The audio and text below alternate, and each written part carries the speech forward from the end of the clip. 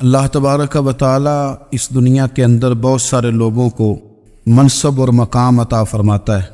بہت سارے لوگ ایسے ہوتے ہیں جنہیں اللہ تبارک و تعالی زندگی میں بڑے بڑے مواقع عطا کرتا ہے۔ وہ چاہیں تو اس موقع سے اپنے ذاتی مفادات حاصل کریں۔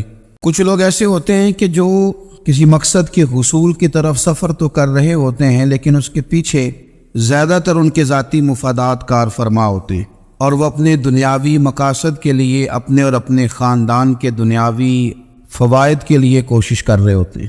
ایسے لوگ بھی محدود رہ جاتے ہیں، ان کی سوچ بھی محدود رہ جاتی ہے، اور کئی دفعہ کچھ تھوڑی دیر کے لیے ان کے نام ابھرتے ہیں اور پھر ہمیشہ کے لیے دب جاتے ہیں۔ کچھ لوگ ایسے ہوتے ہیں جو زندگی کے اندر اللہ کے لیے، اللہ تعالیٰ کی رضا کے لیے، رسول پاک صلی اللہ تعالیٰ علیہ وسلم کی خوشنودی حاصل کرنے کے لیے، دین کی، ملت کی، ملک کی سربلندی کے لیے آگے آنا چاہتے ہیں۔ میرا رب کریم قرآن مجید سورہ حج میں ارشاد فرماتا ہے کہ الذین ان مکناہم فی الارض، کچھ لوگ ایسے ہیں کہ اگر ہم انہیں زمین میں اقتدار دیں، زمین میں اگر ہم انہیں قابو دیں تو وہ کیا کریں گے؟ اقاموا الصلاۃ و آتوا الزکوٰۃ، وہ نماز قائم کریں گے، زکوٰۃ ادا کریں گے، وامروا بالمعروف، نیکی کا حکم دیں گے، ونہوا عن المنکر، اور لوگوں کو بری باتوں سے منع کریں گے۔ وہ دینی، فکری، اصلاحی انقلاب برپا کر دیں گے، نماز کو عام کریں گے، زکوٰۃ کو عام کریں گے، بھلائی کا حکم دیں گے اور برائی سے منع کریں گے۔ اللہ تبارک و تعالیٰ نے ان لوگوں کو جب اقتدار دیا، وہ کون لوگ تھے؟ سیدنا صدیق اکبر، حضرت فاروق اعظم، سیدنا عثمان غنی، حضرت مولا علی رضوان اللہ تعالی علیہم اجمعین۔ اللہ نے جب ان لوگوں کو اقتدار دیا زمین کے اندر، اللہ تبارک و تعالی نے انہیں نبی پاک علیہ الصلاۃ والسلام کی نیابت کے لیے چنا، تو ان لوگوں نے یہ انقلاب برپا کیا، نمازیں عام ہو گئیں، شوق سے لوگ صدقات و خیرات دینے لگے، بھلائی عام ہوئی، برائی کا کلا کما کیا گیا۔ ہمارے ہاں بھی لوگ احتساب کی باتیں کرتے ہیں، ہمارے ہاں بھی لوگ کہتے ہیں کہ میں رشوت خوری کو، کرپشن کو، ناجائز چیزوں کو ہمیشہ کے لیے جڑ سے اکھیڑ پھینکوں گا۔ لوگ دوسروں سے مطالبہ کرتے ہیں کہ یہ سارے کام جائز کریں، لیکن خود اس پر عمل کرنے کو تیار نہیں ہوتے۔ یاد رکھ لیں کہ یہ جو احتساب ہے، یہ انسان کی اپنی ذات سے شروع ہوتا ہے۔ آپ جب نظام احتساب دنیا کے اندر مستحکم کرنا چاہتے ہیں تو اس میں پھر آپ کو اپنی ذات کو سامنے پیش کرنا پڑے گا۔ آج ہم بات کرنے جا رہے ہیں سیدنا فاروق اعظم رضی اللہ تعالیٰ عنہ۔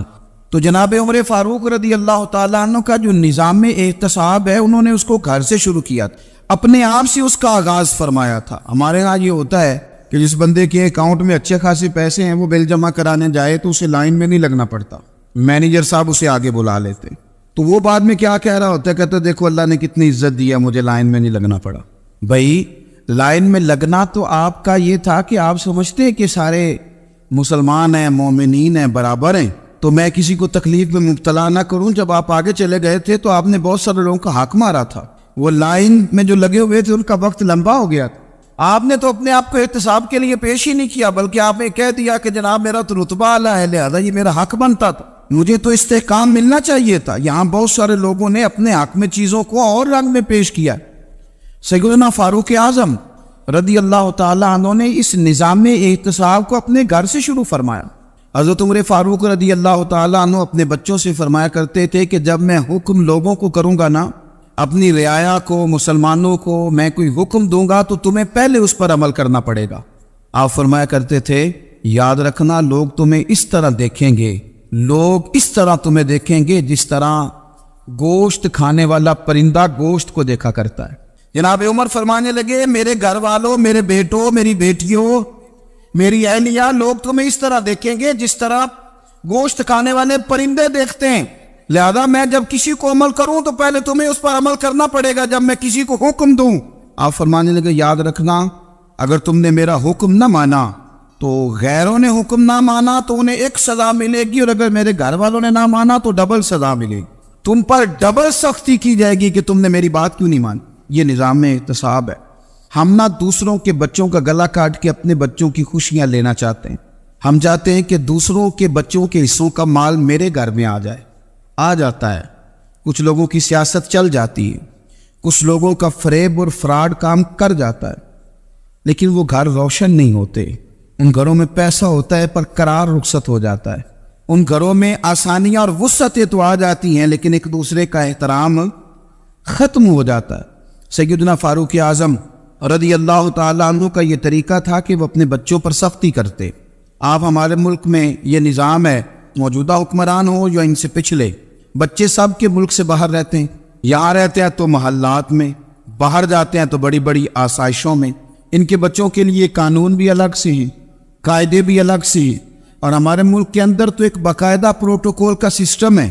اس سسٹم سے گزر کر بڑے بڑے لوگ چلنا پسند کرتے ہیں. ہمارے زمانے میں بھی کچھ چیزیں سرکاری ہوتی ہیں خالص، لیکن عجیب نظام ہے نا، ہر چیز کا کرایہ بڑھ جاتا ہے، سرکاری دکان کا نہیں بڑھتا.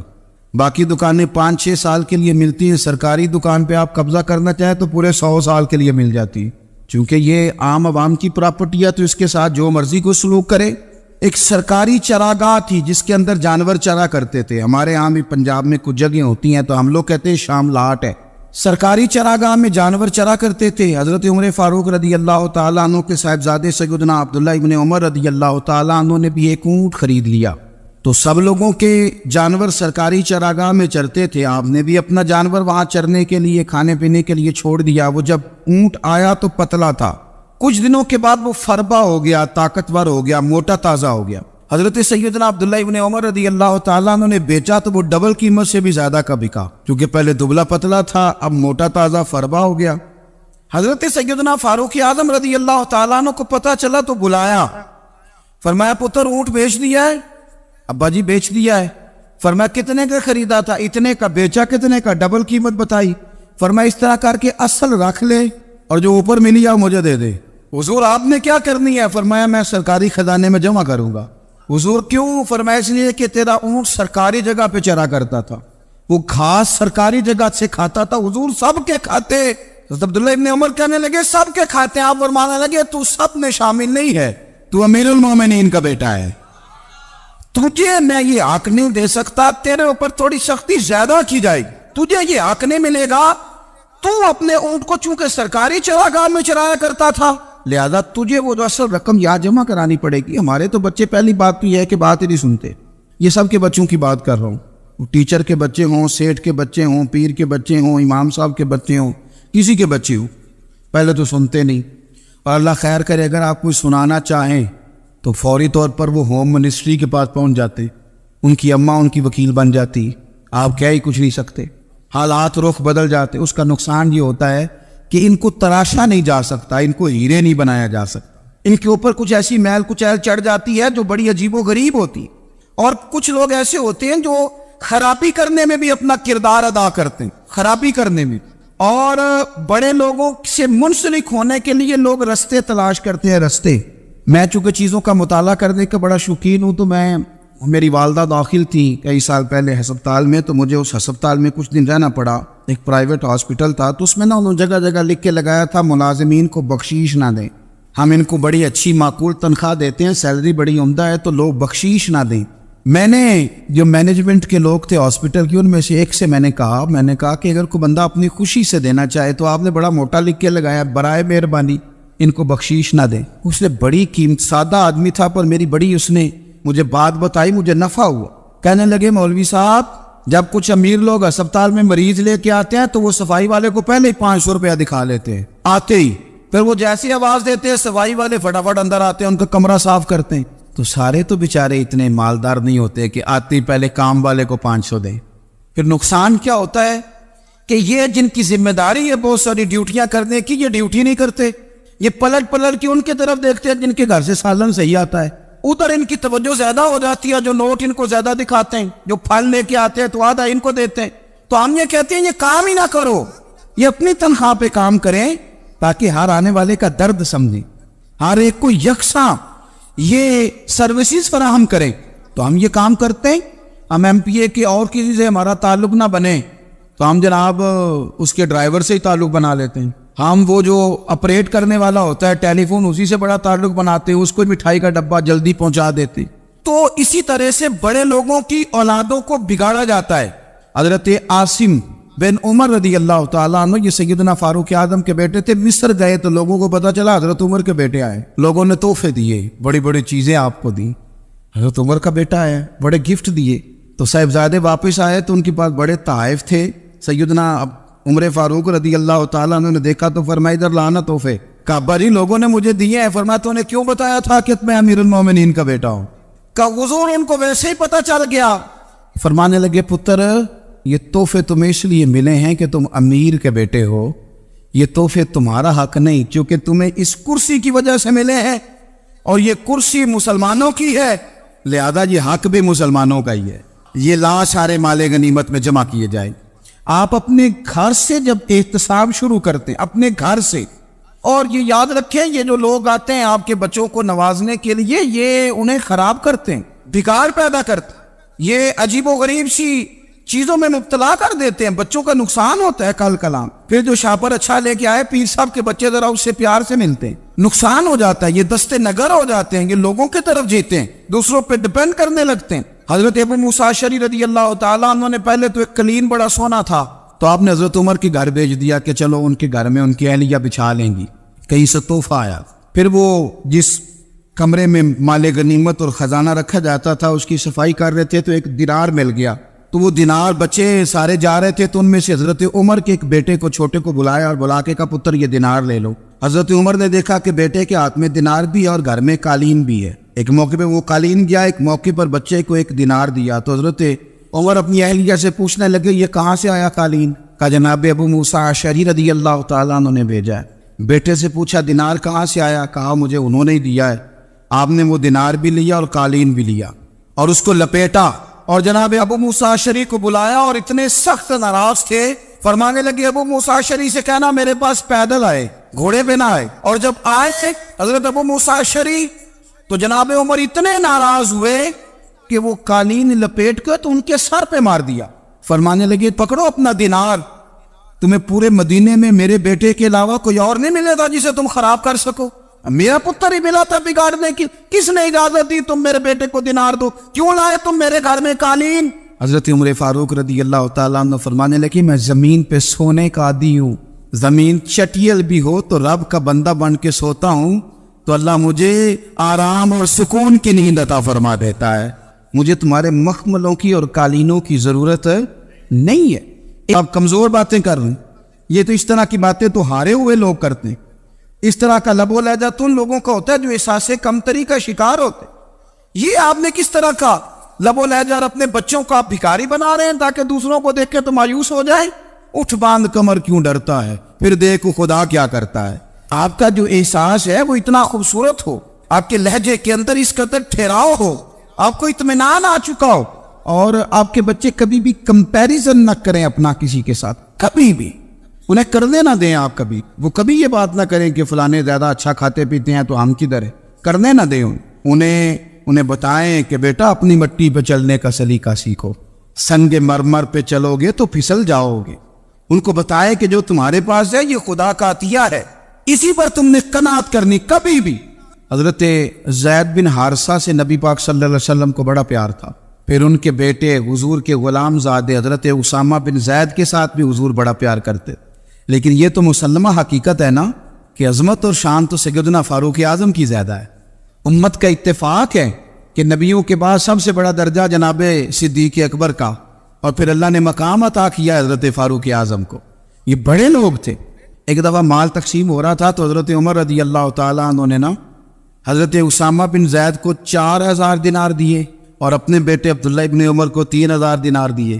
تو حضرت عبداللہ ابن عمر گھر جا کے کہنے لگے ابا جی اسامہ میں وہ کون سی خوبی ہے جو میرے اندر نہیں، اور اسامہ کے باپ میں وہ کون سی خوبی ہے جو آپ کے اندر نہیں۔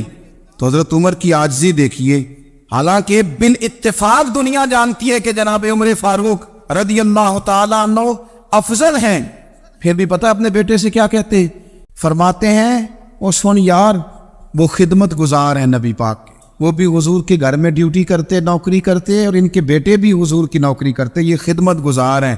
فرمانے لگے اگر تو نے پوچھ لیا تو سن، پھر میری تو رائے یہ ہے کہ تیرے سے زیادہ اسامہ بن زید حضور کی نظر میں پیارے، اور اسامہ کا باپ تیرے باپ سے زیادہ نبی پاک کا پیارا ہے۔ کوئی کمپیریزن کرنے نہیں دیا, بچوں کو کسی ایسی جگہ کھڑے ہونے نہیں دیا.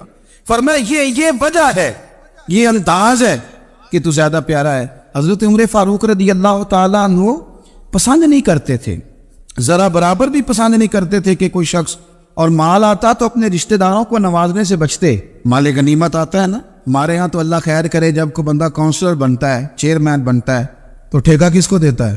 کوئی چلو بھتیجا مل جائے, کوئی بانجا مل جائے, کوئی چھوٹا بھائی, اسے بھی کام مل جاتا ہے ساتھ. نوازنے پہ لوگ آتے ہیں تو وہ تلاش کرتے ہیں کہ کہاں کو میرا ہے. وہ ٹینڈر ہی ان کے نام کے پاس ہوتے ہیں جن کی طرف ذرا نظر کرم زیادہ ہوتی. حضرت عمر فاروق مال تقسیم کر رہے تھے تو بیٹی آگے کہنے لگی, ابا جی رشتہ داروں کا بھی حق ہوتا ہے, آپ سب کو دیتے ہیں, آپ کے اپنے آپ کے قریب ہی نہیں آتے. تو حضرت عمر فاروق نے کیا لفظ کہے, کیا حقیقت ہے, کیا حسن ہے. فرمانے لگے, پتر یہ مال تیرے باپ کا نہیں مسلمانوں کا ہے. جب تیرے باپ کا ذاتی مال ہوگا تو اپنے رشتہ داروں کو دے گا, یہ مسلمانوں کا مال ہے, یہ اسی حساب سے تقسیم ہوگا جو عدل کا حساب ہے, جو ترازو ٹھیک ہے. فرمایا تو مجھے یہ مشورہ نہ دے, یہ مسلمانوں کا مال.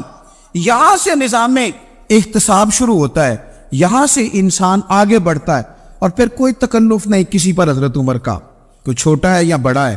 حضرت ابو سفیان رضی اللہ تعالیٰ عنہ سردار رہ چکے ہیں مکے کے, بڑے آدمی, لیکن نظام احتساب میں کوئی چھوٹا بڑا نہیں ہوتا. حضرت عمر فاروق مکہ مکرمہ گئے تو لوگوں نے کہا, حضور جناب ابو سفیان نے نا گلی میں پتھر رکھے اور بہت سارے لوگوں کو رستوں میں تکلیف ہو رہی ہے. تو حضرت ابو سفیان رضی اللہ تعالیٰ عنہ سے بھی لوگ کہہ دیتے تو وہ بھی اٹھا دیتے, لیکن لوگوں نے چونکہ وہ سردار تھے, بڑے تھے, تو لوگوں نے ان سے کہا نہیں.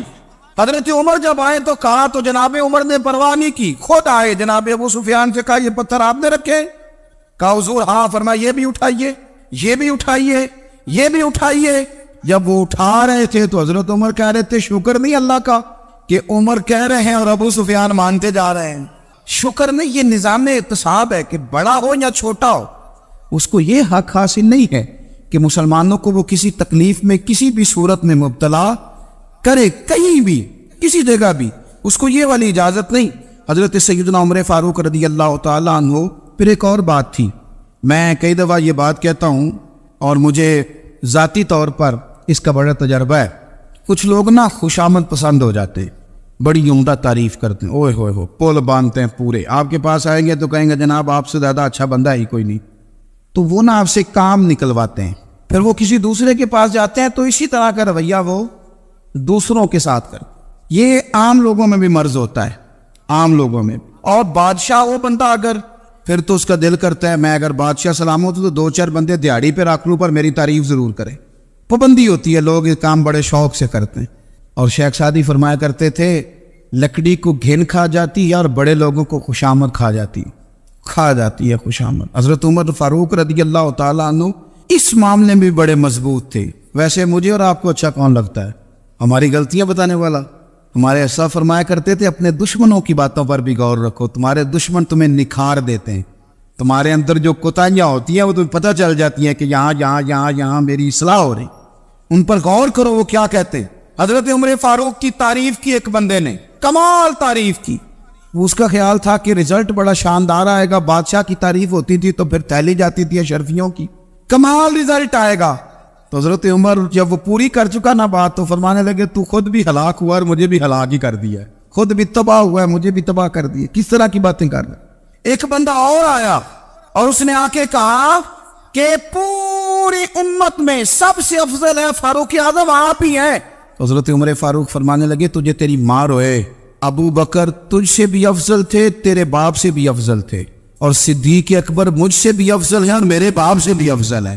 یہ تو کس طرح کی بات کر رہا ہے؟ یہاں ہر شے ہضم نہیں ہو جاتی, فوری طور پہ لوگ ڈکار بھی پورا نہیں لیتے. قرآن مجید نے کہا فلا تزکوا انفسکم هو اعلم بمن اتقى, اپنے منہ سے نہ کہو میں پاک صاف ہوں, اللہ زیادہ بہتر جانتا ہے کہ تم میں سے پرہیزگار کون ہے. اپنے منہ سے تعریفیں کرتے کراتے ہو, یہ مزاج چھوڑ دے.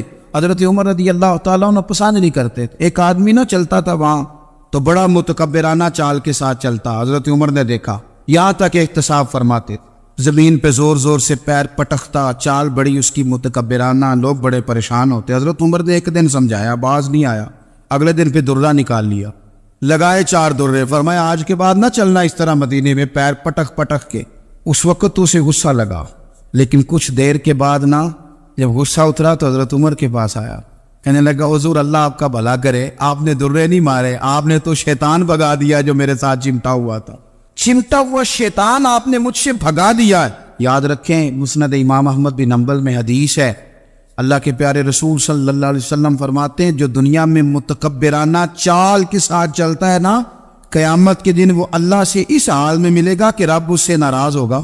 متکبرانہ چال سے نہیں چلیں گے۔ تو حضرت فاروق اعظم رضی اللہ تعالیٰ عنہ کا یہ طریقہ تھا کہ آپ خیال کرتے، اور پتہ کس طرح کا آپ کا مزاج تھا، فرماتے تھے تقسیم کرو، دوسروں کا بھی خیال رکھو۔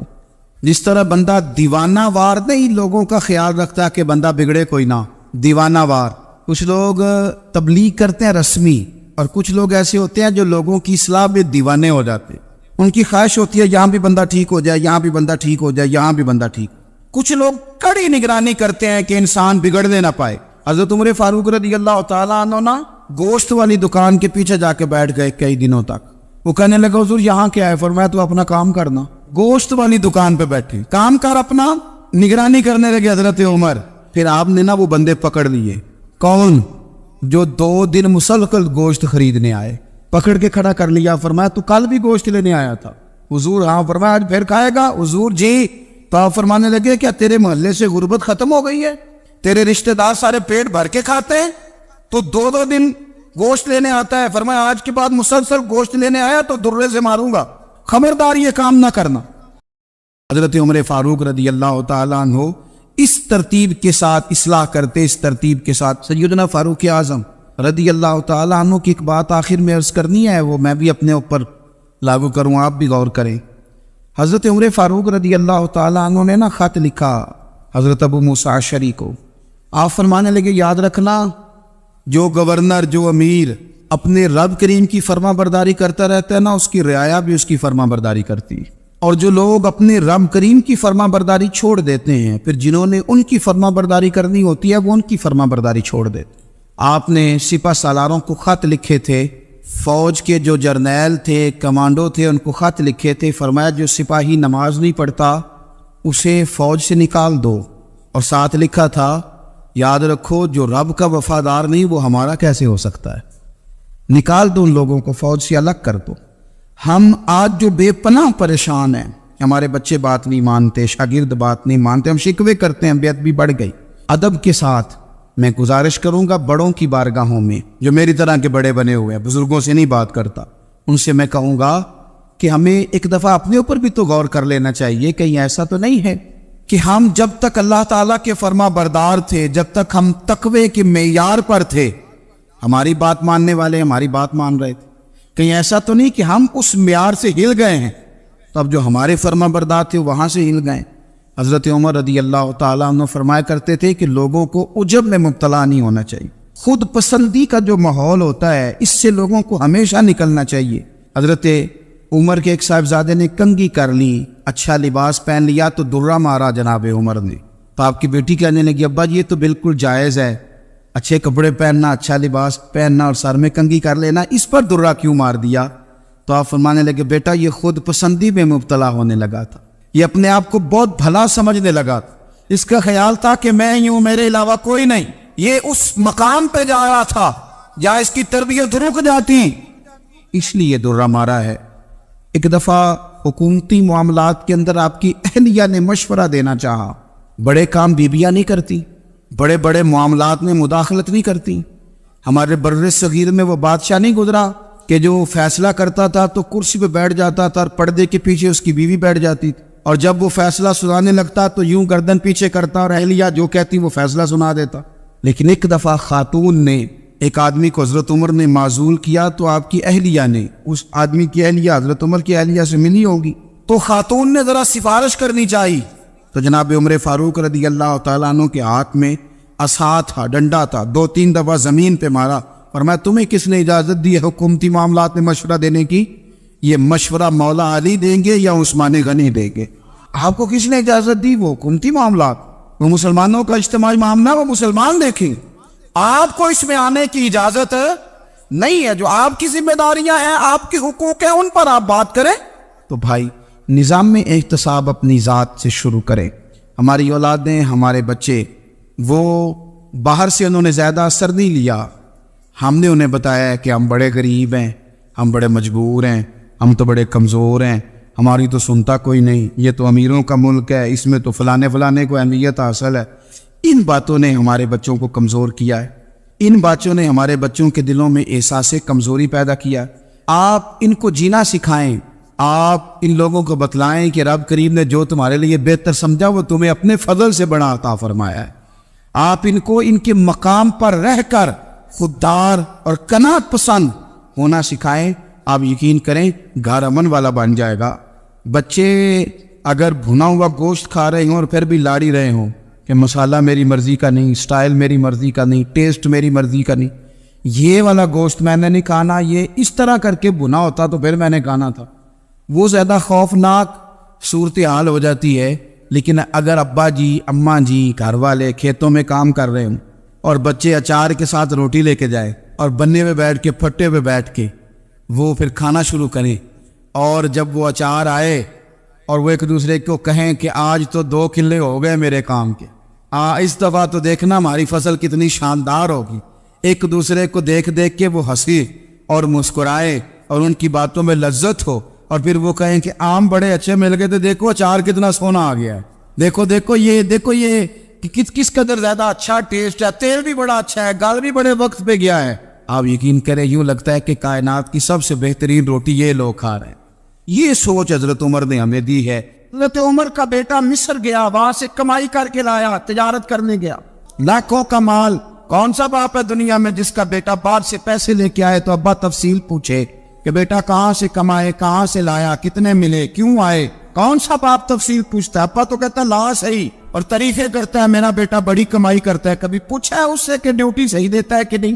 کبھی پوچھا ہے کہ تو ایمانداری کی روزی لاتا ہے کہ حرام کی کماتا ہے؟ یہ باپ کی ذمہ داری ہے, یہ اماں کی ذمہ داری ہے. پھر کہتا ہے بیماری کیسے آ گئی, پریشانی کیسے آ گئی؟ تو نے کبھی سوال کیا اپنی اولاد سے؟ حضرت عمر فاروق رضی اللہ تعالیٰ عنہ کا بیٹا مصر سے پیسے کما کے لایا تو جناب عمر نے بلایا, فرمایا بیٹے اتنی تو تیرے پاس راس ہی نہیں تھی, تھوڑے سے تو پیسے لے کے گیا تھا, اتنی کمائی کیسے ہو گئی؟ اتنے تو پیسے نہیں تھے صاحب, کہاں سے کمائی لائے؟ اس نے کہا ابا جی وہ جو میرے چچا ہے نا مصر کے گورنر, آپ کے دوست, انہوں نے میری مدد کی ہے. فرمایا جتنے لوگ گئے تھے سب کی ہے مدد اس نے؟ کہا نہیں صرف میرے کی. فرمایا تیرے کیوں کی؟ کہا حضور آپ کے دوست ہے. فرمایا چپ کر, حضور انہوں نے مجھے اتنے پیسے دیے, میں نے کاروبار میں ڈالے تو نفع آیا تو میں ان کی رقم دے کے. فرمایا خاموش ہو جا, باقی جتنے لوگ گئے تھے سب کی مدد کی اس نے؟ کہا نہیں حضور صرف میری کی. فرمایا اس نے تیری مدد نہیں کی, اس نے خلیفہ کے بیٹے کی مدد کی, اس لیے کہ وہ خلیفہ کو اپنے حق میں نرم کر سکے. فرمایا آدھا مال تیرا ہے, آدھا مال غنیمت کا ہے, مال خزانہ کا ہے, مسلمانوں کا ہے, اس لیے کہ تو جو وہاں سے مال کما کے لایا ہے وہ اپنے باپ کے خلیفہ ہونے کی وجہ سے کما کے لایا ہے, لہذا رکھ ادھر. یا کہتے ہیں کدھر سے آیا, کیسے آیا, کون سا حساب دے, کیا کرے؟ او بھائی حضرت عمر رضی اللہ تعالیٰ عنہ کا اپنی اولاد کے بارے میں یہ رنگ ہے. ایک جنگ سے نا خوشبو آئی, خوشبو بڑی مہنگی ہوتی تھی, عرب میں خوشبو آج بھی بڑی مہنگی ہے, وہ زیادہ استعمال کرتے. میری باتوں کی سمجھ آ رہی ہے میرے بھائی میں؟ بڑی مہنگی خوشبو تھی. جب وہ خوشبو آئی تو حضرت عمر نے کہا, گھر میں پہلے پہنچی حضرت عمر کے, چونکہ زیادہ عورتیں استعمال کرتی تھی گھر کے اندر خوشبو, مرد بھی لگاتے. حضرت عمر نے اپنی بیوی سے کہا, آپ کی زوجہ تو تھی وہ بڑی خوشبو کو پسند کرتی. حضرت عمر نے اپنی زوجہ سے کہا کہ خوشبو لاؤ, میں نے ایک عورت کی ڈیوٹی لگائی ہے, وہ خوشبو تول کے نا تو حصہ برابر صحابہ میں بانٹ دے گی. تو آپ کی زوجہ کہنے لگی کسی بی بی کی ڈیوٹی لگانے کی کیا ضرورت تھی, میں جو موجود تھی میں بانٹ دیتی ہوں تول کے حصہ برابر. آپ نے فرمایا نہیں تو رہنے دے, فلانی بی بی بانٹے گی. حضور میں نے بھی بانٹنی ہے, میرے پہ کچھ حق ہے؟ آپ نے فرمایا نہیں, تو تفصیل نہ پوچھ, تو خوشبو دے دے, کوئی اور بانٹے گی. خاتون خانہ تھی نا, کہنے لگی نہیں مجھے بھی آج آپ کو بتانا ہی پڑے گا کہ کوئی جو بانٹ سکتی ہے تو میں کیوں نہیں بانٹ سکتی؟ زوجہ کہتی عمر نے بات کی تو میری چیخیں نکل گئیں. حضرت عمر فرمانے لگے جب تو خوشبو بانٹے گی نا تیرے ہاتھوں کو بھی لگے گی, تیرے دوپٹوں کو بھی لگ جائے گی.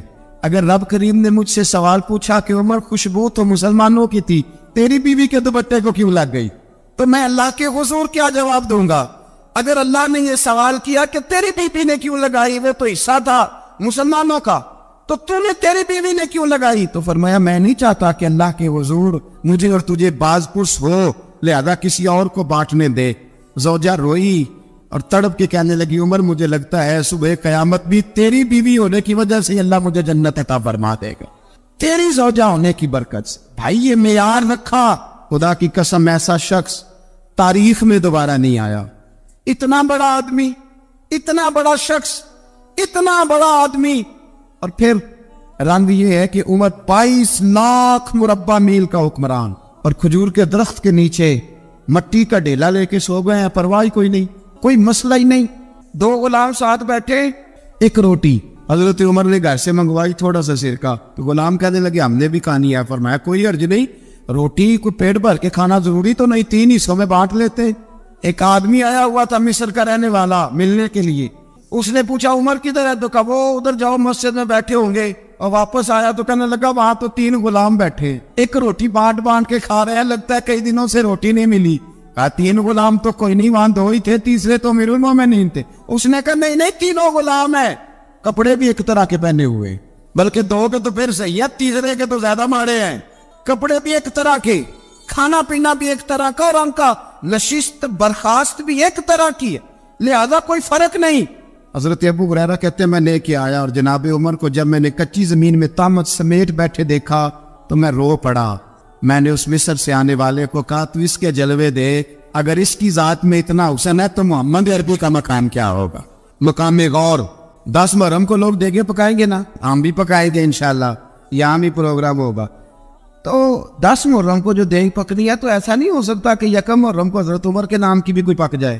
اگر امام حسن حسین کے نام کی دیگیں پکے تو جو امام حسن حسین کے سے پیار کرنے والے ہیں، جو امام حسن حسین سے، ہم لوگوں نے بھی عجیب رٹا اپنایا ہے نا، ہم لوگ بات کا ایک پہلو دیکھتے ہیں دوسرا نہیں دیکھتے۔